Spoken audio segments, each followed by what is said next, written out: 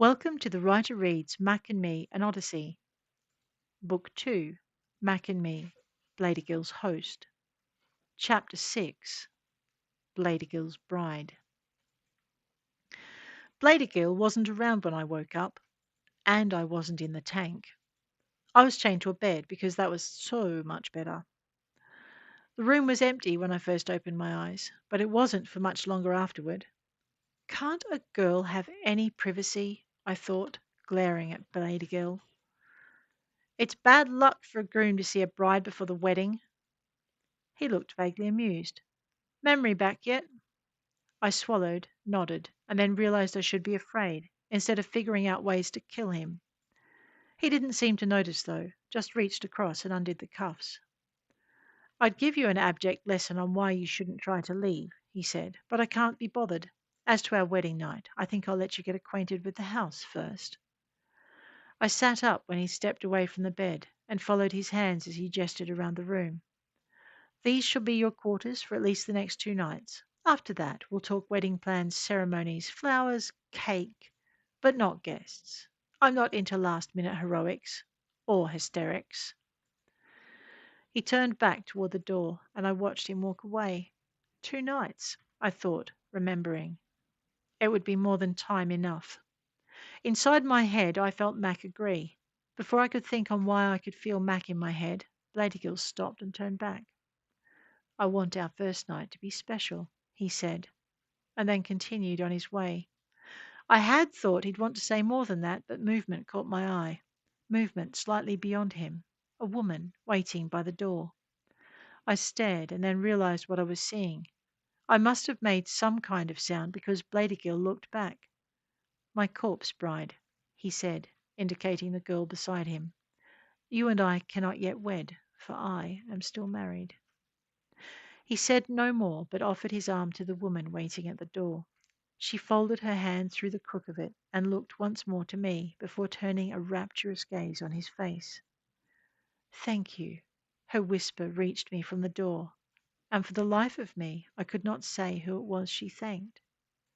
The door closed behind them and fear washed over me. Mack's voice caught me tucked up on the bed, my knees drawn tightly to my chest as I shook. 2 days. His voice cut through sheer panic rolling through me. 2. You heard the man. Now move. I moved. I'd made planetfall in a stasis box with a hole in my heart. I had woken up without a stitch of clothing, and the injury healed. I had nothing else I needed. Time to move, Mack repeated, as I registered just how much work I had to do in the very short time Blaedergil had allotted. Get dressed. I tried to do just that. There were gowns hanging in a closet on one side of the room. Gowns. And nothing else. Inside my head I heard Mack laugh. Not funny, Mack, I said, sliding the least revealing one over my head. I preferred the red one, he told me, and I stuck out a mental tongue. Tell me where I need to go. He did, and I went. 2 floors up, and I still hadn't encountered another living soul, nor a dead one, for which I was eternally grateful, although the total lack of life was really starting to freak me out. 3 floors up, and the screaming started. His bedroom is on this floor, Mack said. Keep climbing. I kept climbing, but Mack was silent in my head, and I felt like I had lead weights sitting inside my chest. Another scream rent the air, echoing around me, echoing through me. Get up, Mack said when it stopped, and I realized I'd curled up at the foot of the wall closest to the windows. Go. I've got you, he added when I reached the stairs leading to the next level. You're almost there. He was right. I found out when I got to the top that I was there. I reached the landing on the next level, and I stopped. Oh, Mack, I whispered, and then I couldn't say any more. Move, he snapped, the order slashing through the horror in my head. You have to find her. I have to find her, I repeated, moving between the cages, glad of the fine mesh that stopped the creatures within from stretching through and touching skin. I have to. Mack, are you sure? It's what we've been paid to do. I gestured at the cages around me. Mack, I said, And even communicating through the implant, I could hear myself weeping. Move, he snarled, reinforcing the command with a picture of what I was seeking. Another scream echoed up the stairs behind me, and I moved, scanning cages and wondering if it was worth retrieving someone once they reached the state of the women behind the mesh, wondering if there was anything left to retrieve. Hurry, Max said. Locator says here. Locator. When I got back, he was going to die. When did that start working? It's always worked. Then why? It's because he needs visual confirmation. I bit back a yelp as Blaedergil's voice came from the door to the stairs. Crap. Mac's voice in my head. Well, hell yeah, crap. Mac, that is one son of a bitch an understatement, you ass, I thought, knowing he could hear every word. And then, as my gaze fell on another section of the room, found her, and I had. She wasn't in one of the cages after all. In fact, she didn't look like she'd been touched.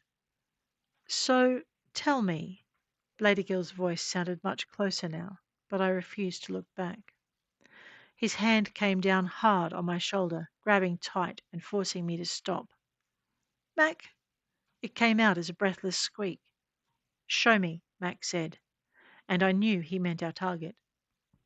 Yes, show him, Blaedergil repeated, and Mac and I both came to the same realization at the same time. You can hear us? It shouldn't have been possible, not when we were communicating via the implant. First thing I hacked, and I felt Mac's astonishment. That line was secure. Nothing is secure on Magnus 19. And then Blaedergil turned me to face the pod in which our target lay. Is this the one you seek? I felt his grip tighten even further and knew I had to think fast. If the locator was working, then the teleport should work too, but it might not be able to get a fix through the pod's outer shell. I turned to Blaedergil. Not good enough, I said, and he glared at me. It'll have to be, he snarled and tried to jerk me away from the pod. I dug my heels in. It was no easy feat, given I had no shoes. Tell him, Mac. It's easy enough to project an image on the inside of the pod. Man, for fast thinking, Mac had what it took. I hadn't been able to think of a reason why. Not that quick. Blaedergil stared at me. Did you tell him to say that? I shook my head. Nope, I said, answered truthfully. He thought that one up all by himself. I met his gaze. He's got a point, though, doesn't he? You could be projecting anything on the inside of that pod. In the face of my stubbornness, Blaedergil sighed. Very well, he said, and let go of me. I sensed surprise when I didn't run, and I didn't bother to explain. Honestly, where was I going to go? Here at least I knew the locator worked. Here I might have the tiniest ghost of a chance. I still didn't know if Mac meant to let the man live. Stars alone knew he hadn't given me the wherewithal to kill him. That's good to know, Blaedergil said, lifting the lid just as another scream rang out behind us. I jumped, startled to hear screams when he stood right beside me.